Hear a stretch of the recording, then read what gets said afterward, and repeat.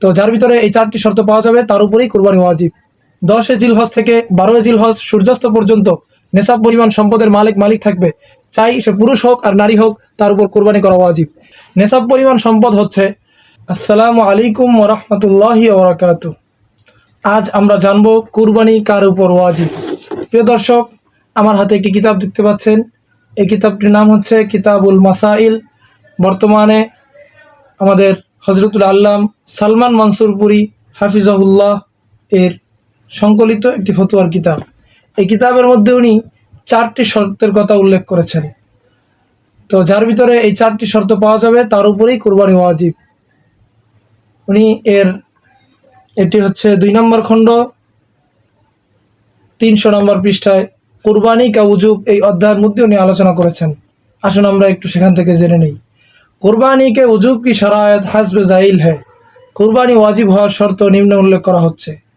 1, আজাদ হোনা অর্থাৎ স্বাধীন হওয়া, গোলাম না হওয়া। কোনো মুসলমান যদি গোলাম হয় তার উপরে কুরবানি ওয়াজিব নয়। 2, মুসলমান হওয়া। 1 নম্বরে মানুষটি স্বাধীন হতে হবে, 2 নম্বরে মুসলমান হতে হবে, 3 নম্বরে আইয়ামে কুরবানি মে মুকিম হোনা অর্থাৎ মুসাফির না হতে হবে, মুকিম হতে হবে। 4 নম্বর কুরবানির দিনগুলোতে নেশাব পরিমাণ সম্পদের মালিক হওয়া। তাহলে আমরা কুরবানি হওয়ার 4টি শর্ত পেয়ে গেলাম। এক কথায় এমন মুসলমান, চাই পুরুষ হোক আর নারী হোক, যে প্রাপ্তবয়স্ক হবে, সুস্থ মস্তিষ্ক সম্পন্ন এবং কুরবানির এই 3 দিনে তথা 10 জিলহজ থেকে 12 জিলহজ সূর্যাস্ত পর্যন্ত নেশাব পরিমাণ সম্পদের মালিক থাকবে, চাই সে পুরুষ হোক আর নারী হোক, তার উপর কুরবানি করা ওয়াজিব। এবার আসলে আমরা জেনে নেই নেশাব পরিমাণ সম্পদ কাকে বলা হয়। নেশাব পরিমাণ সম্পদ হচ্ছে আল মুহিতুল বুরহানির 8 নম্বর খণ্ড 455 নং পৃষ্ঠা, ফতোয়া তাতারখানিয়ার 17 নম্বর খণ্ড 405 নম্বর পৃষ্ঠা।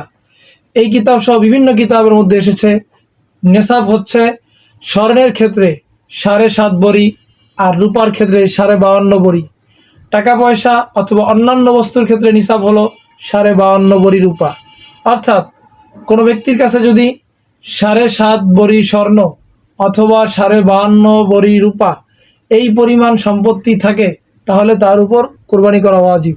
এখন আমাদের অনেকের মনে প্রশ্ন যে আমাদের কাছে তো স্বর্ণ নেই, টাকা আছে, তাহলে কি করণীয়?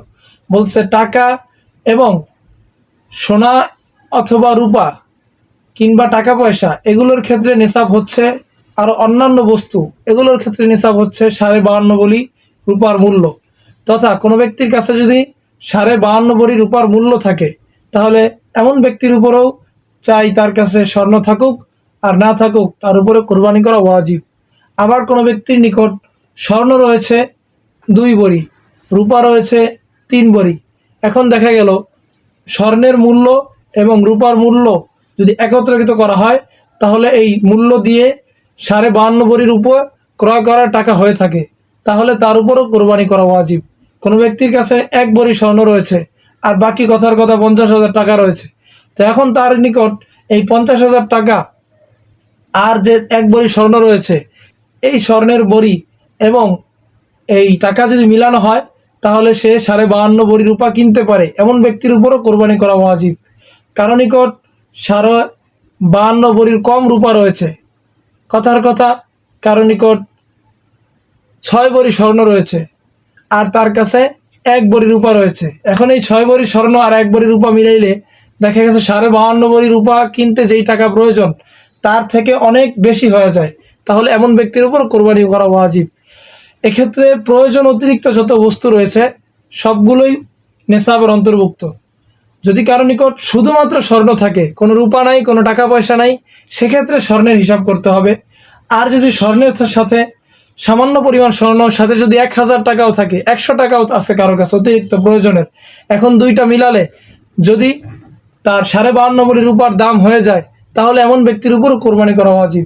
এক কথায় শুধু স্বর্ণের ক্ষেত্রে হিসাব হবে যে 7.5 বড়ি স্বর্ণের, আর 7.5 বড়ি স্বর্ণের থেকে যদি কম থাকে আর রূপা থাকে বা টাকা পয়সা বা ব্যবহার প্রয়োজন সামগ্রীর চেয়ে অতিরিক্ত জিনিস, এই জিনিসগুলোর ক্ষেত্রে তাহলে তখন 52.5 বড়ি রূপার হিসেবে চলে আসবে।